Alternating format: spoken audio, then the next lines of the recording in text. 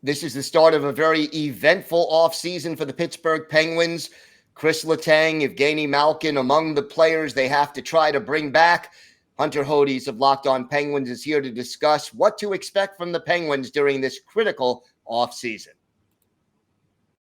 You're Locked On NHL, your daily podcast on the National Hockey League. Part of the Locked On Podcast Network, your team every day.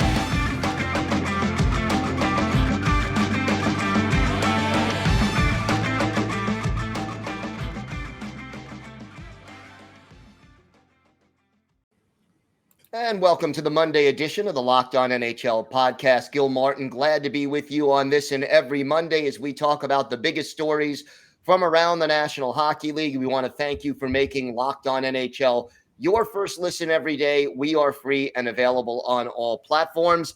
Today's episode is brought to you by BetOnline. BetOnline has you covered this season with more props, odds, and lines than ever before. BetOnline, where the game starts. It's my pleasure to welcome back to the show the host of Locked On Penguins, Hunter Hodies. Hunter, not a dull moment right now in Pittsburgh as far as the Penguins are concerned. Let's start with the big rumors. Kris Letang looks like he's getting closer to coming back to Pittsburgh. What have you heard? It's trending that way. Elliot Friedman's been kind of having the same report for the past couple of weeks. Josh Yohe's been kind of piggybacking off of that. The Penguins and Letang, they're getting closer, I think, to agreeing to a deal. Friedman said 2 weeks ago the gap was at about $1.125 million. He believes it has shrunk. So it's probably around maybe $750K to $1 million or something like that.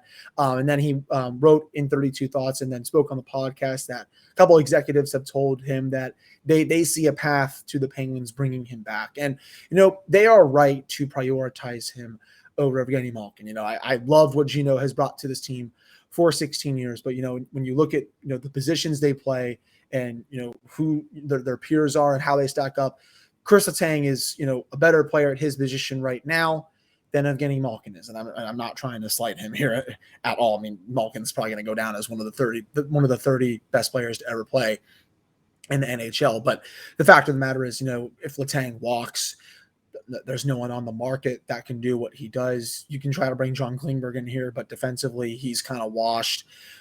You're probably looking at a 4 to 5 year deal for Letang.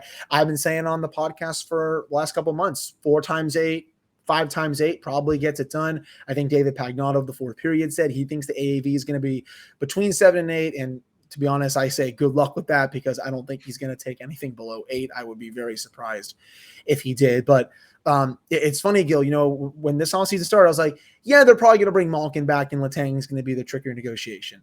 The opposite has basically happened. They've been having better discussions with Letang than Malkin, and I do think Letang eventually gets done. As far as Malkin is concerned, where are they and what are the chances you think that he's a Pittsburgh Penguin when the season starts? So it's a great question. I mean, from what Elliot Friedman said, they've agreed on a 3-year term so he and Sid can go out together, believing that's in 2025 when Sid's contract is up. But money-wise, they're not close. Gino has said he's willing to take a discount. Now, how much of a discount? I don't know. He made $9.5 million for the last 8 years. He's not worth that anymore. You probably can get him below 8, but the big thing for the Penguins is are they comfortable paying him that much money? Especially because he's been banged up a lot lately. He's going into his age 35 to 38 seasons. It's just there are risks with it for sure. But I will also say this too.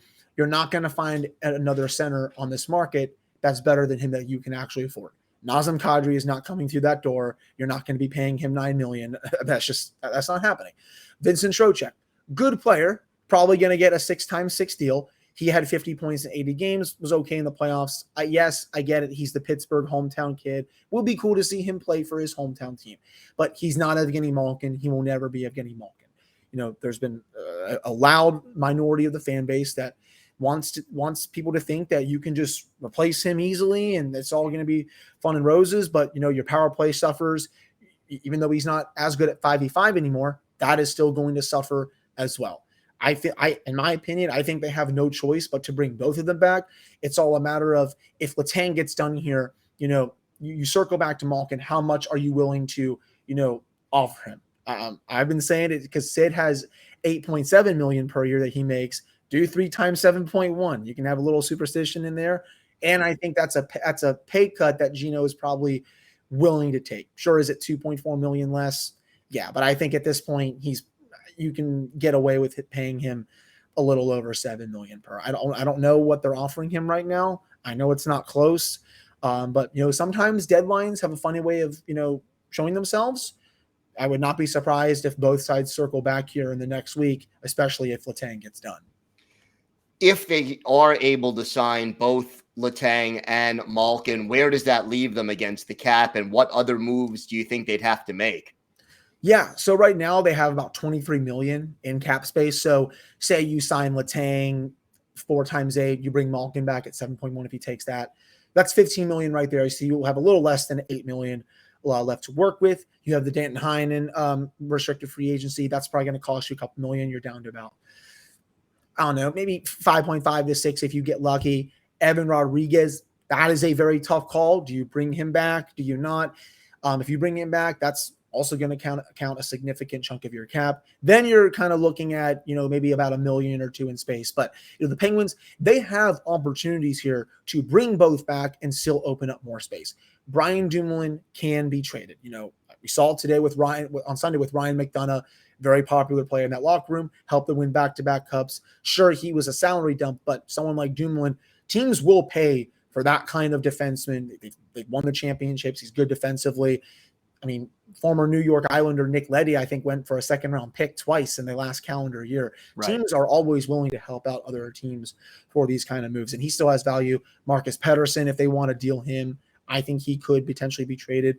Brock McGinn could be a sneaky dark horse contender to be dumped in a salary cap move. They have their options here. It's all a matter of, does Hextall actually want to trade 1 or 2 guys off this team to create more space for some of these players, or is he content with just this salary cap space that he has right now? Because it's, Brian Burke, he spoke, I believe it was to Dave Molinari, and then spoke to Sportsnet as well.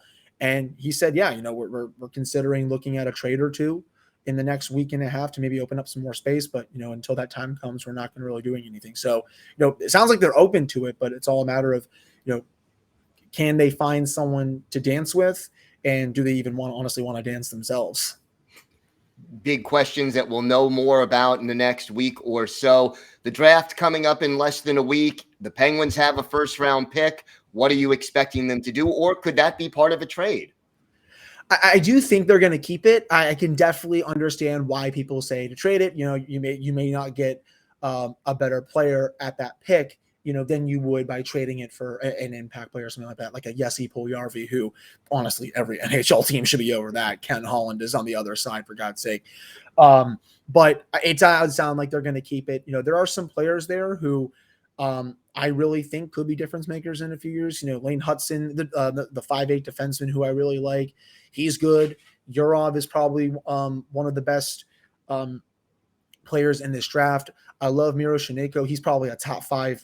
In my opinion, he's probably a top 5 talent in this draft. I'll be curious to see if he falls to that. I have a full big board I did with my buddy Jason from Penguins Twitter that I'm going to unveil this week on the show. We're going to go over, the picks that we would like to see them make, the typical Brian Burke, Ron Hextall picks that they could make, and then potentially, players who are not on a lot of other people's radars, but, could be on the Penguins radar. So I do think they will keep it, and they will take an impact player at honestly any position. This prospect pool is very bad to say the least in the Penguins organization. That's the price you pay when you win 3 championships. They got to start restocking it, and they have an opportunity here to take a pretty good player. All right, Hunter, why don't you tell our viewers and our listeners where they could find the podcast and where they could find you on social media? Yeah, you can find the podcast wherever you get your podcasts, Apple, Spotify, YouTube. I'm on Twitter, Hunter Hodies. The show's Twitter is at @LO_Penguins. It's going to be a busy week this week for the Penguins. I got to think the deadline is right here for Kris Letang and Evgeni Malkin. If there is Letang news, I probably expect it this week. I don't know if it's going to drag into next weekend or, even right before free agency, but these next 10 days are going to be something in this city. All right. I know you'll be on top of it. Hunter Hodies, thanks for joining us today. Always a pleasure. Yeah, absolutely. Thank you for having me. Today's episode is brought to you by your friends at BetOnline. BetOnline.net is your number one source for all your betting needs and sports info. Find all the latest sports developments, league reviews, and news, including Major League Baseball, and you got NBA futures, NFL futures, all kinds of things going on. NHL Draft coming up. BetOnline is your continued source for all your sports wagering information, including live betting, esports, and more. And BetOnline.net remains the best spot for all your sports scores, podcasts, and news this season.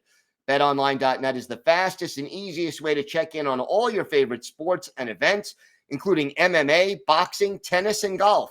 Head to the website today or use your mobile device to learn more about the trends and action. BetOnline, where the game starts.